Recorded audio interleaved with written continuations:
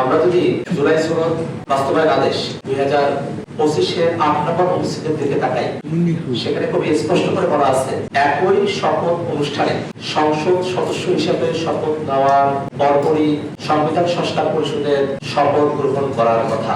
আইনের এই যে প্রভিশন, একটা আদেশের যে বাধ্যবাধকতা, আইনের চরিত্র এবং তার যে শব্দ এবং বাক্যের ধরন, এবং পরবর্তীতে বিএনপির যারা সংসদ সদস্য আছেন তাদের সংবিধান সংস্কার পরিষদের সদস্য হিসেবে শপথ গ্রহণ না করা, এই প্রত্যেকটা জিনিসকে যদি খুব সাধারণ বুদ্ধি থেকেও বিবেচনা থেকেও আপনারা মূল্যায়ন করতে চান, ফলাফল দাঁড়াবে বিএনপি তাদের এমপিরা, অর্থাৎ বিএনপির এমপিরা শপথ গ্রহণের দিনই জুলাই সনদ বাস্তবায়ন আদেশ লঙ্ঘন করেছে, তারা আইনের ব্যত্যয় ঘটিয়েছে। এই যে জুলাই সনদ বাস্তবায়ন আদেশ লঙ্ঘন করে যাওয়া, এই জিনিসটা একদিনে ঘটেনি। আমরা যখন অভ্যুত্থান পরবর্তী সময়ে ঐক্যমত্য কমিশনে সংস্কারের পক্ষে কথা বলতাম, সে সময়টাতে বিএনপির সাথে আমাদেরকে প্রচুর পরিমাণে দরবার করতে হয়েছে।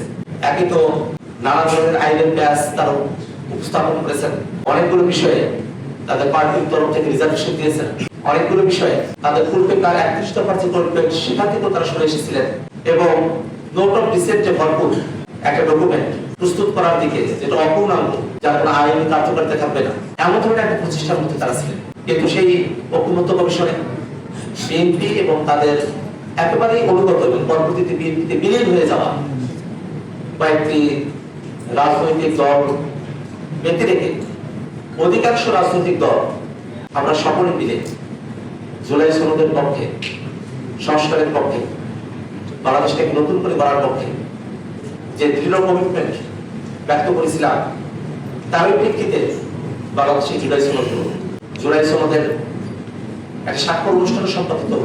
সেই স্বাক্ষর অনুষ্ঠানে যে পেপারে রাজনৈতিক দলগুলো স্বাক্ষর করলেন, সেখানে জুলাই সনদের পূর্ণ বাস্তবায়নের প্রতিজ্ঞা তারা করেছেন। বর্তমান প্রধানমন্ত্রী, তখন তিনি একজন প্রার্থী, তিনি বিএনপি নেতৃত্ব দেন, তিনি হ্যাঁ কথা বললেন রংপুরে গিয়ে। আবার জুলাই সনদের স্বাক্ষরের প্রতি বিএনপির যে একটা কমিটমেন্ট ছিল, হ্যাঁ পক্ষে বলার মধ্য দিয়ে সেই কমিটমেন্টের একটা প্রকাশ হল। কিন্তু ভোট শেষ তারা বলতে শুরু করলেন যে তারা গণভোটে রাজি হয়েছিলেন যাতে করে নির্বাচনটা আদায় করা যায়। তারা জনগণের সঙ্গে এক ধরনের চাতুরির আশ্রয় তারা নিয়েছে। কিন্তু তাদের একটা বিষয় মনে রাখা প্রয়োজন, যে জনগণকে ভোটের আগে বিএনপির দিকে তাদের যাতে বিরূপ প্রভাব তৈরি না হয়, সেজন্য গণভোটে হ্যাঁ কথা বলে তাদেরকে কনভিন্স করতে হয়।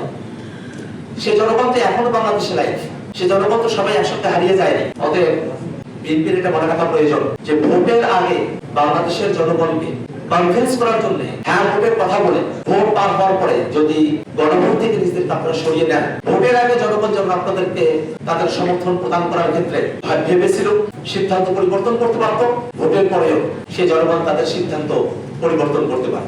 এই গণভোটের আদেশ নিয়ে, রায় নিয়ে কোর্টে যাওয়া হয়েছে। তারা ভেবেছেন যে কোর্টে গেলে পরে তারা একটা আইনি বাইপাসের মধ্য দিয়ে আমাদের অভ্যুত্থানের যে অর্জন সেটাকে তারা বিলীন করে দিতে পারবে, নির্মাণ করে দিতে পারবে। এটা হচ্ছে সম্পূর্ণ একটা ভুল পন্থা। একটা রাজনৈতিক প্রশ্নকে অভ্যুত্থানের মধ্য দিয়ে আসা জনগণের সার্বভৌম অভিপ্রায় প্রকাশে যে কোনোভাবে কোর্টের কাছে সীমাবদ্ধ করা যায় না, কোর্টের অধীনস্থ করা যায় না, সেই সাধারণ বুঝটুকু থেকে তারা দূরে সরে এসেছে।